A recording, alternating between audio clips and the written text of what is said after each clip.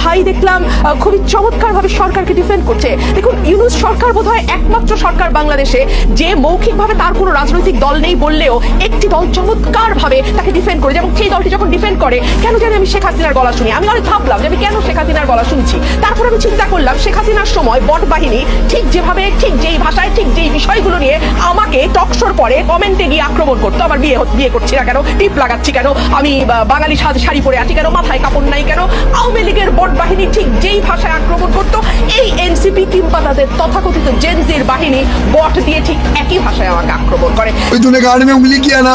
আমি বাতাতে মানে সম্মানিত আরেকজন সহবক্তা রুমিন ফারহানা আপাতের কিছু রিপ্লাই আমি করি। দেখেন, খুব সম্মানের সাথেই বলছি, উনি এখন আমাদের গলায় শেখ হাসিনার গলা শুনতে পাচ্ছেন। আনফর্চুনেটলি তার দলের লোকজন যখন চাঁদাবাজি করে, মারামারি করে, অভ্যন্তরীণ কলহের কারণে তারা যখন পুরো দেশকে লুটোপুটে খাচ্ছে, উনি ওই কার্যক্রমের মধ্যে শেখ হাসিনাকে তিনি খুঁজে পান না।